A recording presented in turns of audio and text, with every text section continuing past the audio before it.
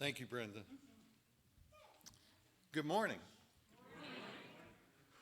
I'm Dale Johannesmeyer, an elder here at Scots Kirk, and on behalf of Pastor Jim Mitchell in the session, I'd like to welcome everybody here in person and all those online who are participating in this worship service, the worship service to worship the Lord our God.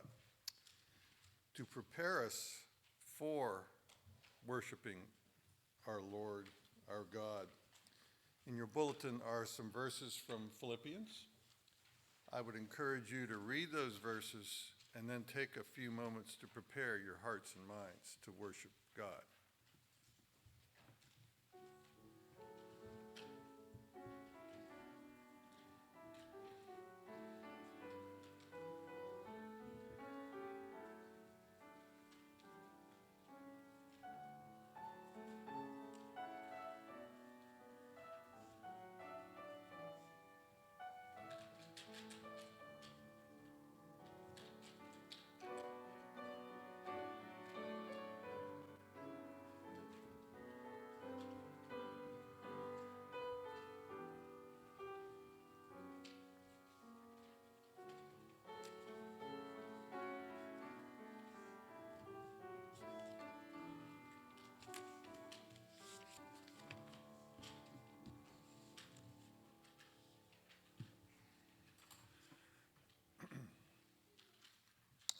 Our call to worship this morning is from Psalm 29, verses 1 and 2. Hear the word of God. Ascribe to the Lord, O heavenly beings. Ascribe to the Lord glory and strength. Ascribe to the Lord the glory due his name. Worship the Lord in the splendor of holiness. So let us begin our worship service this morning by standing and singing a hymn of praise to the Lord, to God. Hymn number 382 in the Trinity hymnal, God himself is with us.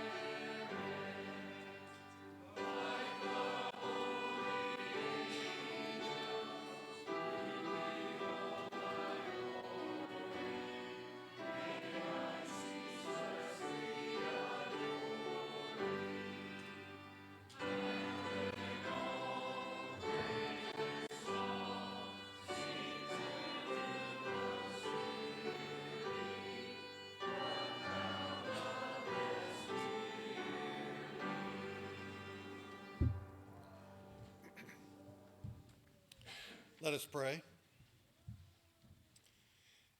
Heavenly Father, This morning, we seek to praise you for your grace. For you chose not to leave us in a state of misery to perish in our own sin. You loved us so much, you sent a Redeemer to bring us eternal salvation. Lord, there is nothing we can do to repay you. However, Lord, you do call us to serve you by glorifying you in this life, to obey your revealed will. Lord, so often we ignore your call for us to be dedicated disciples of Christ. We seek your presence here today and pray that this worship service will be pleasing to you. Show our thankfulness, and that it will cause us to drive us to further service and to make clear to us our need to glorify you and obey you with our discipleship. We ask this in the name of our glorious Savior, Jesus Christ, who taught his disciples to pray, saying, Our Father, who art in heaven, hallowed be thy name. Thy kingdom come, thy will be done, on earth as it is in heaven. Give us this day our daily bread, and forgive us our debts, as we forgive our debtors. And lead us not into temptation, but deliver us from evil. For thine is the kingdom, and the power, and the glory forever. Amen. Please be seated.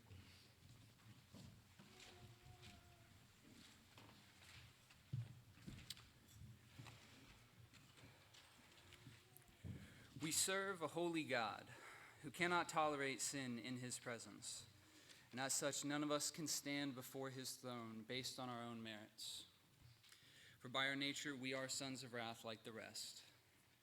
Today, our confession of sin is adapted from Psalm 51. It's a psalm that recognizes our filth and who it is who is able to cleanse us from unrighteousness. Let us confess our sinfulness to our Lord together. Have mercy on me, O God, according to your steadfast love, according to your abundant mercy, blot out my transgressions. Wash me thoroughly from my iniquity, and cleanse me from my sin. For I know my transgressions, and my sin is ever before me. Purge me with hyssop, and I shall be clean. Wash me, and I shall be whiter than snow. Let me hear joy and gladness. Let the bones that you have broken rejoice. Hide your face from my sins, and blot out my iniquities. Create in me a clean heart, O God, and renew a right spirit within me. Cast not away from your presence, and take not your Holy Spirit from me. Restore to me the joy of your salvation, and uphold me with a willing spirit.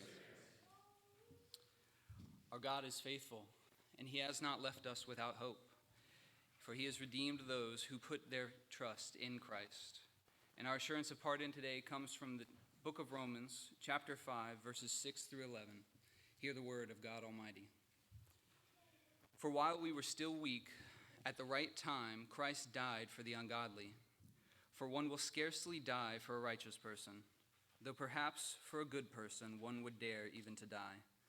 But God shows his love for us, in that while we were still sinners, Christ died for us. Since, therefore, we have now been justified by his blood, much more shall we be saved by him from the wrath of God. For if while we were enemies we were reconciled to God by the death of his Son, much more, now that we are reconciled, shall we be saved by his life. More than that, we also rejoice in God through our Lord Jesus Christ, through whom we now have received reconciliation. This is the word of our Lord. And in response to such a great salvation, please stand with me as we confess the faith that we hold together, taken from the Heidelberg Catechism, question number 1. Sons and daughters of God Almighty, what is your only comfort in life and death? That I am not my own, but belong, body and soul, in life and death, to faithful Savior, Jesus Christ. He has fully paid for all my sins with his precious blood, and he has set me free from the tyranny of the devil. He also watches over me in such a way that not a hair can fall from my head without the will of my Father in heaven. In fact, all things must work together for my salvation, because I belong to him. Christ, by his Holy Spirit, assures me of eternal life and makes me wholeheartedly willing and ready from now on to live for him. You may be seated.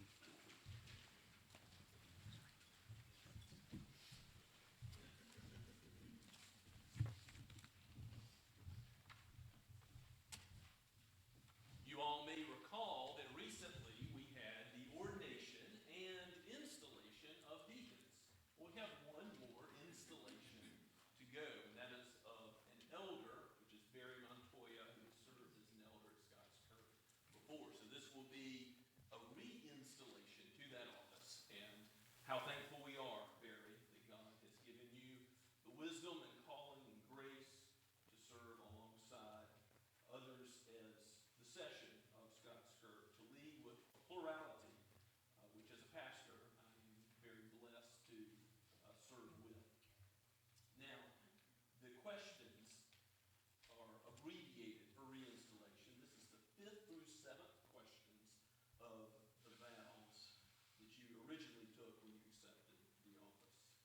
So I ask you, do you accept the office of elder in this congregation? Do you promise to perform faithfully all the duties of the office? And do you promise to endeavor, by the grace of God, to live your life in Christian witness before the church and in the world? Do you? And do you promise to submit in the spirit of love to the authority of the session and to the higher courts of the church? Do you? And finally, do you promise in all things to promote the unity, peace, purity, and prosperity of the church? Amen. These questions having been answered in the affirmative, I now have a question for you, the congregation of Scots Kirk. Do you, the members of this congregation, acknowledge and receive this member as elder, and do you promise to give him all the honor, obedience, encouragement, and assistance in the spirit of love to which their office, according to the word of God and the standards of this church, entitles him? Do you? If you would, please stand to indicate the affirmative answer. Let us pray together. Oh, Father in heaven, we thank you for your wisdom. As iron sharpens iron, so one man sharpens another. And you have not left your church to be governed only by one, but by many. And I thank you, Father, for Barry Montoya and the others that you have called to serve as elders here at Scots Kirk. Give us wisdom from on high, for you are the only source of any proper and faithful direction. Let us hold fast to your word and seek your glory and not the glory of any man. To you alone be glory forever. Be with Barry and give him grace. Guard him from temptation. Guide his steps by your word. Let the Holy Spirit bear fruit in his life abundantly to the praise of your grace. For we ask all this in Jesus' name. Amen. Please be seated. And at this time, let me also invite the children to come forward for Elder Joel Reed.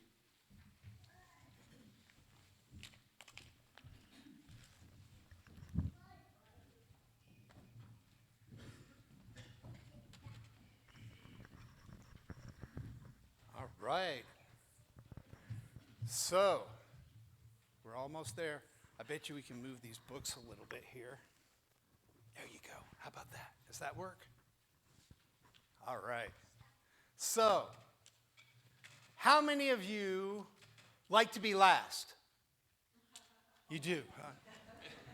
I don't. My wife will tell you that I'm the one that she keeps saying, Joel, you don't have to run every place.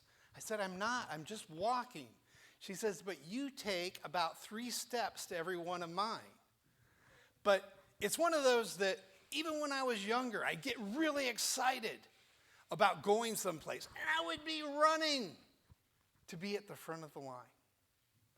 Well, I want you to listen really closely to what Jesus says in our scripture lesson. He says that it's better to be last than it is to be first. He tells us that we should be more concerned about what others feel and what others feel like than we should be concerned about ourselves. He says that we should take the last seat and then be asked to move up if that's the choice. But it's not our choice. It would be the choice of the person who is giving the meal or whatever. So we should be excited that we are created in God's image. And because of Christ in us, we should be more concerned about everybody else than we should be concerned about ourselves. Let's pray. Dear Heavenly Father, we pray that you would remind us that we should not seek the highest place, because that is reserved for you.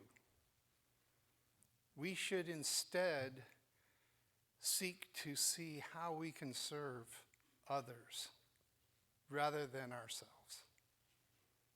Father, you have done so much for us.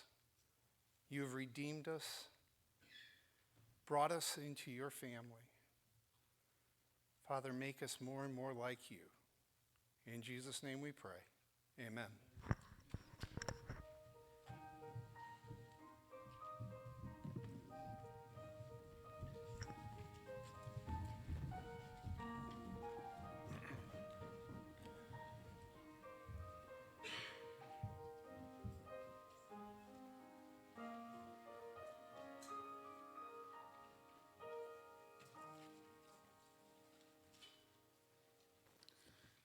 Thank you, Joel. I couldn't help but have your children's sermon take me back to my own childhood. Being the youngest of three brothers and a dad that would never let me win any race, I did not choose to be last. I was just always last. Hopefully now I will choose to be last instead of first. Thank you. Our scripture reading this morning is from Proverbs 25. It's more what we call wisdom literature from Solomon. And of course, as always, you will see a tie to this, to the scripture verses that Jim will preach from. There will be ties there. But Carla and I spent the last couple of days down in Orlando, Florida, with our sister-in-law and her family. My oldest brother passed away a year and a half or so ago. And my sister-in-law's mom passed away a couple weeks ago. So there was a memorial service, and everybody, her children and children's children were in attendance, and being my brother's wife, and there's a special calling for me to be down there. And thankfully, my sister-in-law, Betty, her mom, Runa, was a very devout Christian, so that's good news.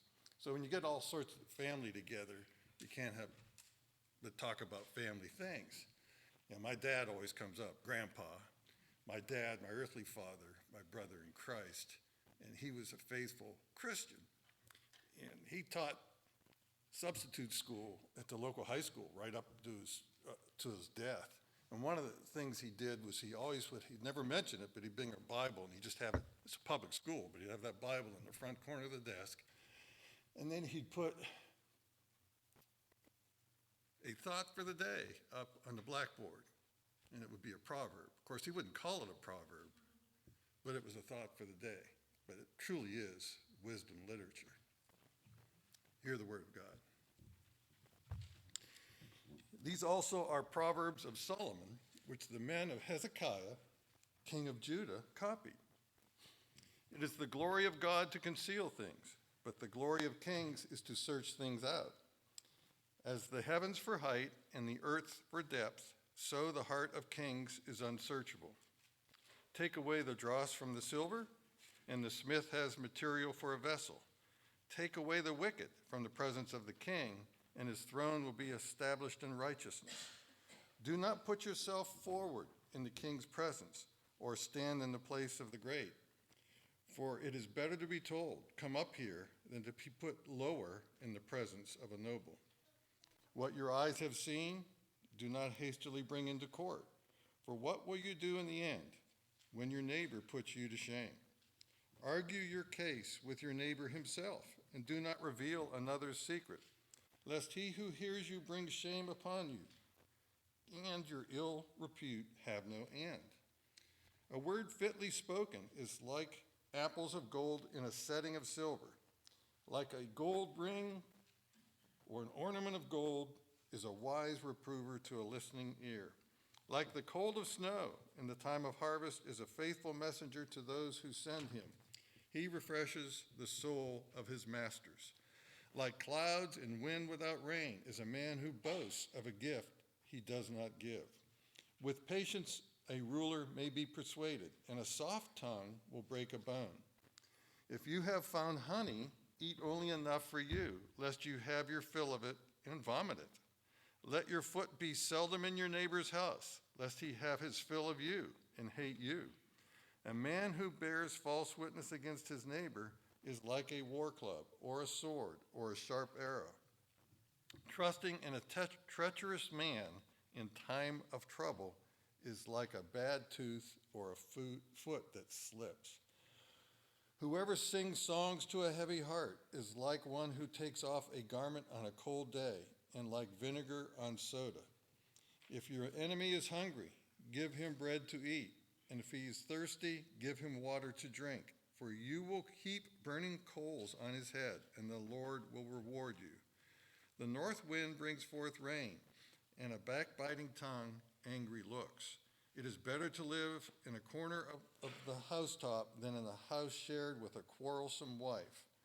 Like cold water to a thirsty soul, so is good news from a far country. Like a muddied spring or a polluted fountain is a righteous man who gives way before the wicked. It is not good to eat much honey, nor is it glorious to seek one's own glory. A man without self-control is like a city broken into, left without walls.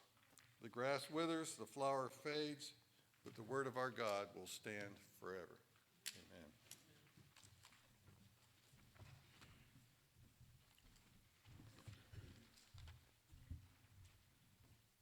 Let us go before the Lord once again in prayer. Oh, Father, Son, and Holy Spirit, you depend on nothing that you have made. You are the all-sufficient creator, and we are but your creation. We are creatures, finite and sinful. We know that you have crowned us above all the rest of creation, making us in your own image, and yet by Adam's first sin, we all fell. And indeed, we were born in sin and have committed our own sins in thought, word, and deed, leaving much undone that we should have done, and doing that which is against your holy law, transgressing the commandments that we ought to have followed regarding loving you and loving our neighbor. O Lord, forgive us, and for the merit of Christ, for his perfect righteousness, count us as pure as he is pure. Wash us and make us clean. We ask, Lord, that you would send us into the world as beggars going to tell others where we have found bread, the bread of life, the Lord Jesus Christ, that we would go in humility and that we would be a light to the world.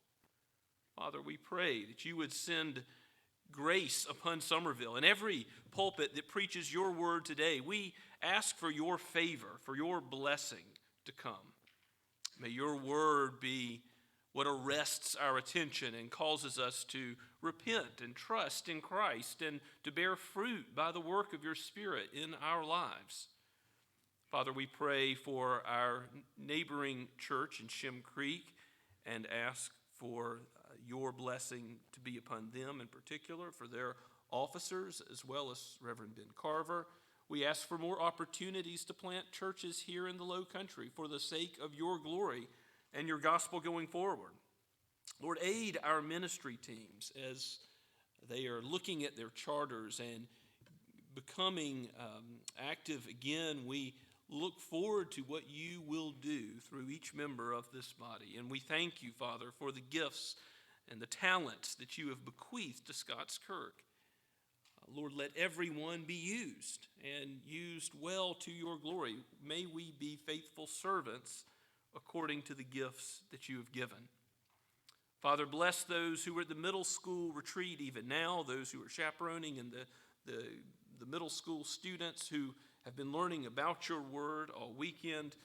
Bless their fellowship, and may this be something that grows them in the nurture and admonition of you.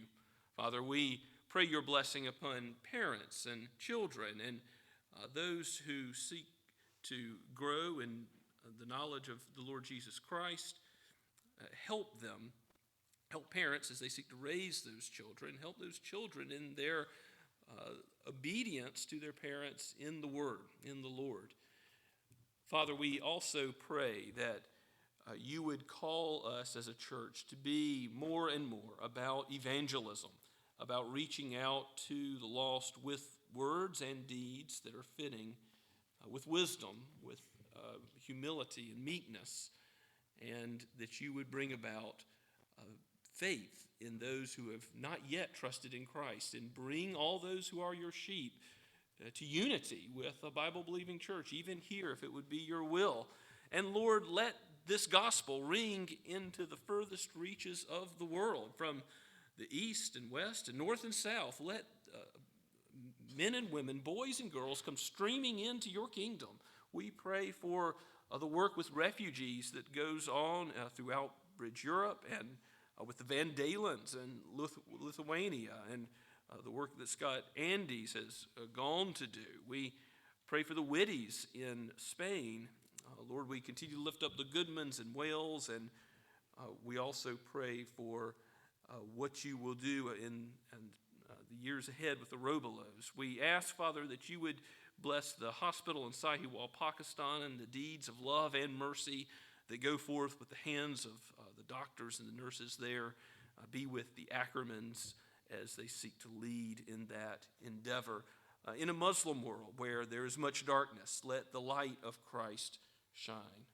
Lord, we know that you are King of kings and Lord of lords, and there is no authority except that which you have put into place. And yet we shudder when we think about the evil that is present in this world, and that which evil men in places of authority seek to do. We ask that you would restrain their hands. You can steer the heart of the king as you will. So, Lord, bring peace in our time. We pray that you would turn back those who would war against the innocent. We also ask, Father, that in our own land you would bring justice through human instruments. We pray for the Supreme Court. We ask that all those who are called to that office, that you would bless them with wisdom, and that you would have them do your will. Lord, we long to see human life regarded as made in your image in this country, and particularly in the womb, and when that life is of few cells, of a position which is fully dependent on another, the life of the mother. We ask, Lord, that you would make your people to be salt and light, but also bring even unbelievers to hold the opinion which is so manifestly true, that human beings ought to be regarded as living beings, worthy of protection.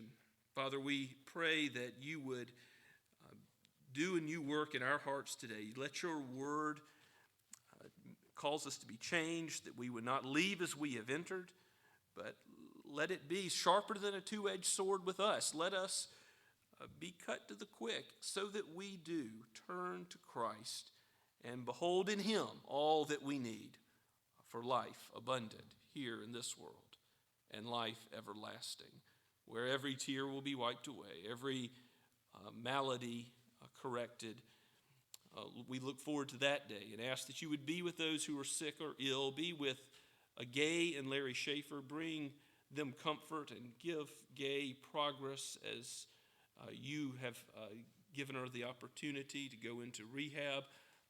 Lord, let that be successful, that she might be able to go home even this week if it is your will. Be with Jay Trageser as he is still recovering from serious lung condition. Lord, let him have full recovery if it would be your will of his lung function. We ask that you would be with him and Jeanette. Lord, be with our students and those who are called at this time to study and to write papers and to do exams, and give our young people clarity as they think about what they will do in the years to come to glorify you in their vocations. Father, in all of these things, we lift up our requests humbly in the name of Jesus, who is our Lord and our King. Amen. As we continue to worship this morning, let us sing together from the Blue Notebook, How Good It Is, on page 32.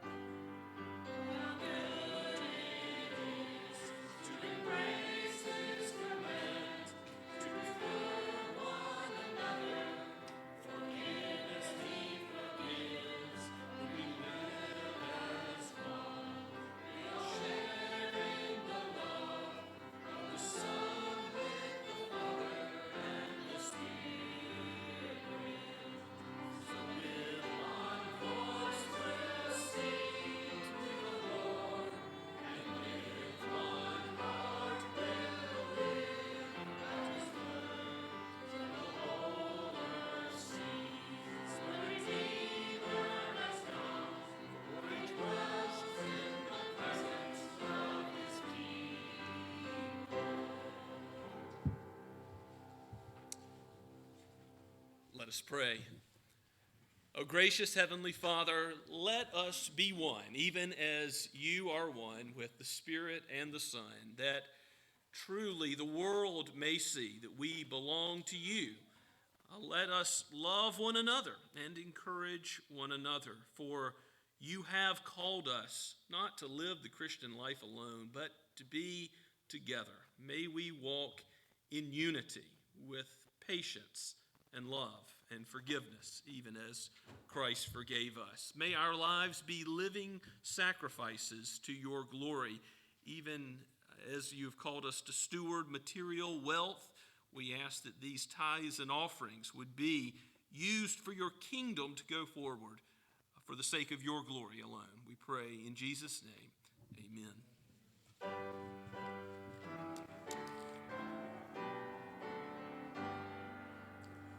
Praise God from whom all blessings flow. Praise Him, all creatures here below. Praise Him above ye heavenly hosts. Praise Father, Son, and Holy Ghost.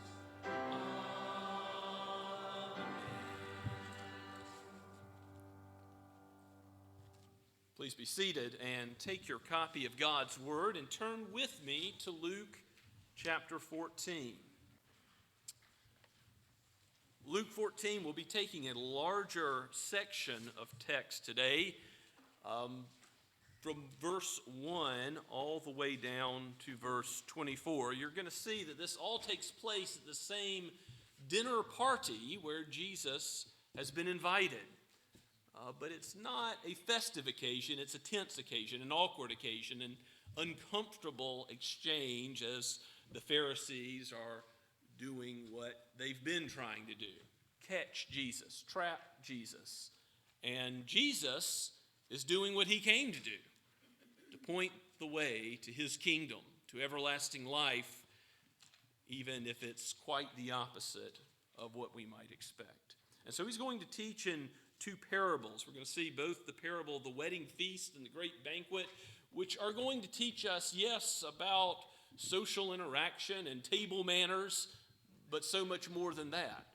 These things go to the very heart of the gospel, to know that we must humble ourselves in order to be exalted with Christ. Let's give our attention to God's word again at Luke 14, starting at verse 1. This is penned by Luke, the physician. It is breathed out by the Holy Spirit. It is the word of Christ, the great physician for us. One Sabbath, when he, that is Jesus, went to dine at the house of a ruler of the Pharisees, they were watching him carefully. And behold, there was a man before him who had dropsy. And Jesus responded to the lawyers and Pharisees, saying, "Is it lawful to heal on the Sabbath or not?" But they remained silent. Then he took him and healed him and sent him away. And he said to them, "Which of you, having a son or an ox that has fallen into a well on the Sabbath day, will not immediately pull him out?" And they could not reply to these things. Now he told a parable to those who were invited, when he noticed how they chose the places of honor, saying to them, "When you are invited by someone to a wedding feast, do not sit down in a place of honor, lest someone more distinguished than you be invited by him, and he who invited you both will come and say to you, 'Give your place to this person,' and then you will begin with shame to take the lowest place. But when you are invited, go and sit in the lowest place, so that when your host comes, he may say to you, 'Friend, move up higher.' Then you will be honored in the presence of all who sit at the table with you. For everyone who exalts himself will be humbled, and he who humbles himself will be exalted." He said also to the man who had invited him, "When you give a dinner or a banquet, do not invite your friends or your brothers or your relatives or rich neighbors, lest they also invite you in return and you be repaid. But when you give a feast, invite the poor, the crippled, the lame, the blind, and you will be blessed, because they cannot repay you. For you will be repaid at the resurrection of the just." When one of those who reclined at table with him heard these things, he said to him, "Blessed is everyone who will eat bread in the kingdom of God." But he said to him, "A man once gave a great banquet and invited many, And at the time for the banquet, he sent his servant to say to those who had been invited, 'Come, for everything is now ready.' But they all alike began to make excuses. The first said to him, 'I have bought a field, and I must go out and see it. Please have me excused.' And another said, 'I have bought 5 yoke of oxen, and I go to examine them. Please have me excused.' And another said, 'I have married a wife, and therefore I cannot come.' So the servant came and reported these things to his master. Then the master of the house became angry and said to his servant, 'Go out quickly to the streets and lanes of the city, and bring in the poor and crippled and blind and lame.' And the servant said, 'Sir, what you commanded has been done, and there is still room.' And the master said to the servant, 'Go out to the highways and hedges and compel people to come in, that my house may be filled. For I tell you, none of those men who were invited shall taste my banquet.'" Let us pray. O Holy Spirit, give us aid now, for this is your word, and it is your blessed task to open our eyes to understand what we can in our natural humanity, which we are unable to understand. Christ and the way of his kingdom. No one can see his kingdom unless you, O Spirit, open up our eyes and our understanding to behold it.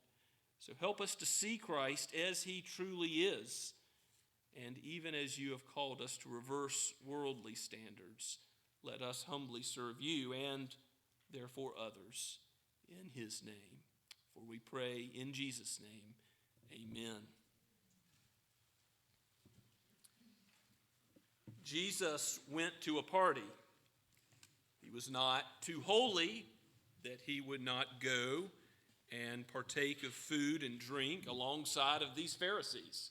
We know he interacted with prostitutes and sinners, and he also went even to the house of the Pharisees to fulfill his calling, which is on the way to Jerusalem to do good, to heal, to proclaim the kingdom of God. And he has been healing many times on the Sabbath already, and we know that that upset the Pharisees, those separatists who actually had provision in their rabbinic teachings for an animal to be pulled out of a ditch on the Sabbath, but not for human beings to be healed. And that's how our text begins, as Jesus is at this dinner party with Pharisees. They're watching him, as we read in verse 1.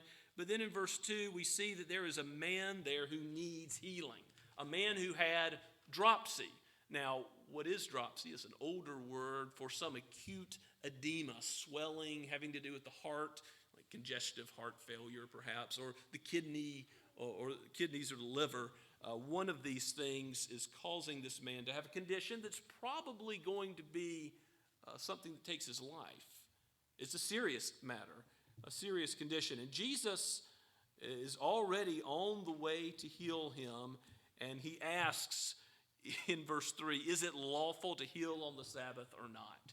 And they know what's coming, so they remain silent, and we're not told the details of the healing, but by now, this is so commonplace that Jesus has healed again and again. He's brought blessing materially to others. He's brought blessing spiritually as he goes to the cross to give his life as a ransom for many.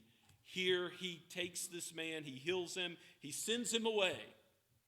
But the way that he rebukes the Pharisees and the scribes is he says in verse 5, which of you having a son or an ox? You see how he puts the two together. If you have a son, a human being of your very family, of your very blood, or an ox fall into a ditch, wouldn't you take them out? And of course they're going to say, oh, you take the ox out of the ditch.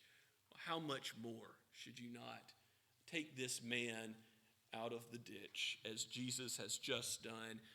And they could not reply to Christ's right interpretation of the Old Testament, which was contrary to their rabbinic teaching. So at this party, it's already awkward enough. Jesus is being watched. He's trying to be trapped, and he's acting in a way and speaking in a way that is clearly at odds with the host, the ruler who invited him, and the others in attendance. But to make it a little more uncomfortable and awkward, Jesus now speaks in parables, which do what? Reveal the truth to his disciples, but conceal it to those who are hardened against his kingdom. This parable we'll see in verses 7 to 11, which seems to be about table manners, not putting yourself first, has a kingdom application.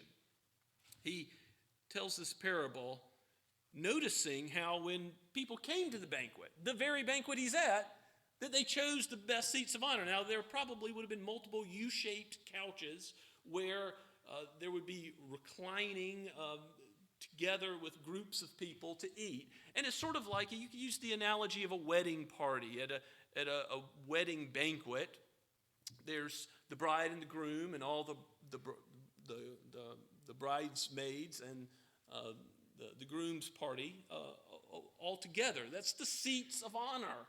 And there's other tables too, but if you're invited to that table, it's the best table amongst the honored guests. And here Jesus is saying, don't just go to the highest place. No, start with the lowest and have someone else say, no, you go up. You go be with the host. Perhaps Jesus himself is the guest of honor, and everybody's elbowing to get beside him.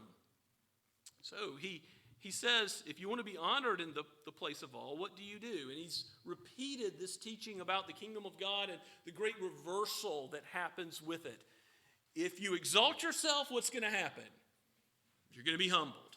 But if you humble yourself, you're going to be exalted. Now, what does that have to do beyond how you treat people in a social situation? Yes, I do think Christians are called to think about others when they interact socially, to think who's being left out, who's perceived as unimportant. Go to that person, talk to that person, show that they matter, and don't just put yourself forward to the most important person in the room. There is a social application. But moreover, the kingdom of God is only going to be entered into by those who know their need of the Savior, the King of the kingdom, Jesus himself. They're only going to be in God's presence and eat bread in the kingdom of God if they know Christ. And the second parable of the great banquet makes that point clear. In verses 12 to 24, we're going to hear about an invitation that's given out, and how many make excuses, and how ultimately the master of the banquet invites all sorts of people, the unexpected, the lowly, to come in. He says, when someone gives you a banquet, and when someone gives a banquet, again, while Jesus is at a banquet in verse 12, do not invite your friends or your brothers or your rich relatives or rich neighbors, lest they invite you in return and be repaid. Of course, if you invite those who love you, what are they going to do? They're going to love you in return. But when you give a feast, verse 13, invite the poor, the crippled, the lame, the blind, and you'll be blessed. Why? Because they cannot repay you. One thing you can count on is if you invite the homeless to your party, well, number one, they'll go. They'll be glad to go. They'll be thankful to be there. And then number two, they're not going to invite you to their house. This is a reality for those who are poor, crippled, lame, blind. Who has Jesus been healing, by the way, all throughout Luke's gospel up to this point? The leopard, the lame, the blind. He's been compassionate to the poor, to the needy. So you see that those who are humbled are going to be exalted. Those who invite them will not be repaid in this life, but they will be repaid at the resurrection of the just. We see Christ here indicate that he has a future view of the resurrection of the body, just as he, in his resurrection body, is the first fruits. Think about 1 Corinthians chapter 15. He shows us what our bodies will be like one day in the new heavens and the new earth. Christ does not only redeem the soul, he redeems the body. God's made it good. He will redeem it, and it will be good and made whole in a way that is consonant with our earthly bodies now, but without all of the weaknesses due to sin, in a way that is changed and remarkable. I commend 1 Corinthians 15 to you in your reading and study, because that is a chapter which tells Christians what we need to know about the resurrection, and not only the resurrection of Christ, but our coming resurrection. When we say in the Apostles' Creed, I believe in the resurrection of the dead, we do well to remember that Christ also believed in the resurrection of the dead. Not only his own resurrection, but ours as well. And when one of those who reclined at table with him had heard what Jesus had said, we read in verse 15, he says, breaking the silence, I'm sure it was awkward at this point. Jesus has just said, if you host a party and invite all these poor people who aren't invited, saying the host is doing a bad job, this man blurts out, blessed is everyone who will eat bread in the kingdom of God, who will feast in God's kingdom. Now, is that true? That's definitely true.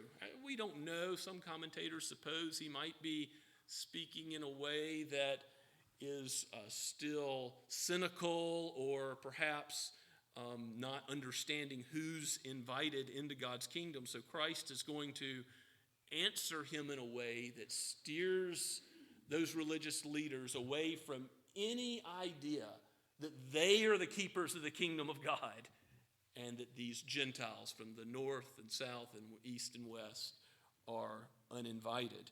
We'll see just the opposite is going to occur. You might turn with me back in Isaiah. Isaiah 25 is just one place in the Old Testament that proclaimed a banquet to come being set by the Lord in his kingdom. Isaiah 25 at verse 6. I'll read verses 6 and 7.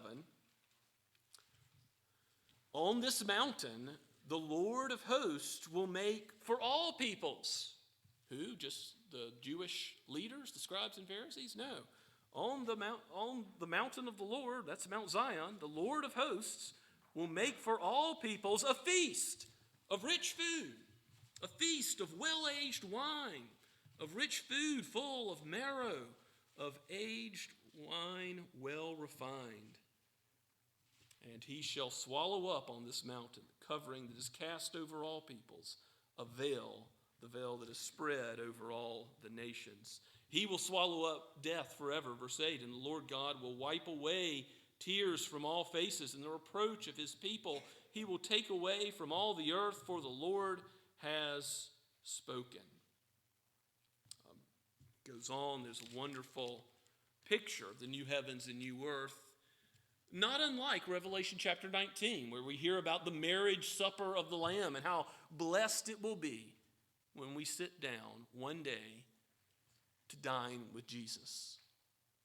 We will be present as his people at a wedding feast where we don't deserve the invitation. In fact, the question we should be asking as we read this parable is, how in the world did my name get on this list? The list to be invited. Because the invitations that went out at first are rejected. The way Jesus responds to this man who says, blessed will be everybody who eats in his kingdom, we see in verses 16 and following. He says, a man once gave a banquet and invited many. This is the start of the parable. And at the time for the banquet, he sent a servant to say to those who had been invited, come, now everything is ready. And in the ancient Near East, you might have a one invitation go out with a date and the time, sort of like a save the date kind of thing for a wedding today. And then on the day of the event, servants are personally going and saying, okay, it's time. Here's your reminder. Come to my great feast. And the excuses that people come up with in Christ's parable are not altogether unreasonable. We read again, verse 18, they begin to make excuses. The first says, I've bought a field. I must go out to see it. Please have me excused. Well, going to buy land, you usually had to walk it as a part of the legal process. But that probably could wait till tomorrow. Probably didn't have to be done right away. And the next says, I've bought 5 yoke of oxen, and I go to examine them. Okay, examining a field, examining oxen might need to be done, but could it wait just a day or two? And the servant of another comes and says, I've just taken a wife, and therefore cannot come. Well, you know, the celebration of a wedding, a new wife, this is probably the most reasonable excuse of them all. But still, this great banquet you said yes to, you somehow now have to go the other direction. And all of this, when the servant reports it back to the master, we're told that he became angry. He was displeased that his invitation was spurned for lesser things. This is the normal stuff of life, business and marriage. These are not things evil or bad in themselves, but these are things that are taking precedence over the kingdom of God. Remember what Jesus said on the Sermon on the Mount. You cannot love God and mammon. You can't put anything alongside God and his kingdom and say, I'm going to serve God, but I'm also going to serve equally with his kingdom something else. Because anytime you put something alongside God's kingdom, guess what happens? Your allegiance is now divided. You're not really going to serve God's kingdom with your whole heart. And that's why Jesus elsewhere says you must hate father and mother, brother and sister, if you're truly to love him. Now, what that means is love them less. It doesn't mean hate them in the sense that we think of hate, but that love which we're called to love our wives and our children with, our other dealings that we're responsible for in the workplace, all of these things must be secondary to God's kingdom. Seek first his kingdom, and all these things will be added to you. Christ's kingdom is not to be rejected for something else. And so the master of the house is angry, we're told in verse 21. And that's the occasion on which he says to the servant, go to the streets, the lanes, go out into the city and bring in the poor, the crippled, the blind, and the lame, those who are counted nothing in the world's eyes. And guess what? God counts them as something. And this is where we see ourselves. We ought to see ourselves. We're the blind and the lame. We're the crippled and those who are unable to get our own invitation to the banquet. And yet, here we are on the list because God has gone out, not just to ethnic Israel, but to the Gentile world. Remember, Jesus has just been asked in the previous chapter. In chapter 13, verse 29, we read about the narrow door and how many people will be saved. And Jesus ends that saying, well, yeah, the way is narrow through him alone to enter heaven. But people will come from east and west, from north and south, to recline at table in the kingdom of God. And behold, some who are last will be first, and some who are first will be last. Well, guess what? If you are a Gentile believer today, you are amongst those who ought to have been last. And God has grafted you in. You who have received the gospel message today, you have received an invitation to the marriage supper of the Lamb against all deserving. As was spoken in Sunday school this morning, what do we rightly deserve? The wages of sin is death. The gift of God in Christ Jesus is everlasting life. Here, the poor and the crippled and the blind and the lame are brought in, and even after this second invitation has been given to those who would come, the master says to the servant, go out and again go to the hedges and compel people to come in. There's still room. Let my house be filled. So is the way narrow through Jesus? Yes. But how many will be saved? That's known only to God. All this parable is teaching is that he is bringing in many from all times and places throughout the world. And this is why we care about missions. This is why we care about going to places like Rwanda and finding the gospel of Christ being preached there by pastors, as we heard about Reverend Shelnut encouraging local pastors last Sunday evening. This is why we don't simply abandon those places and say, well, God's gospel will go there if God sovereignly decrees. No, God's decree is sovereign, and so we are to act and be the means by which his gospel is proclaimed and others might come to know and be sovereignly ordained to eternal life. Yes, compelled by God's glorious grace to come in. Men and women, boys and girls, only believe the gospel if God's Holy Spirit draws them. If they are brought from deadness and sin to life in Christ to enter the kingdom, that compelling activity of the Spirit is the only way his house will be filled for the banquet. And none of those men invited shall taste it. Those Jewish leaders that Jesus has already pronounced woe against, the scribes and Pharisees, who are self-righteous, who put themselves first, who love the greetings of men in the marketplace, love to have their righteousness paraded before men, they will not actually see the goodness of God in eternal life. Those who put themselves first will be last. Those who humble themselves will be exalted.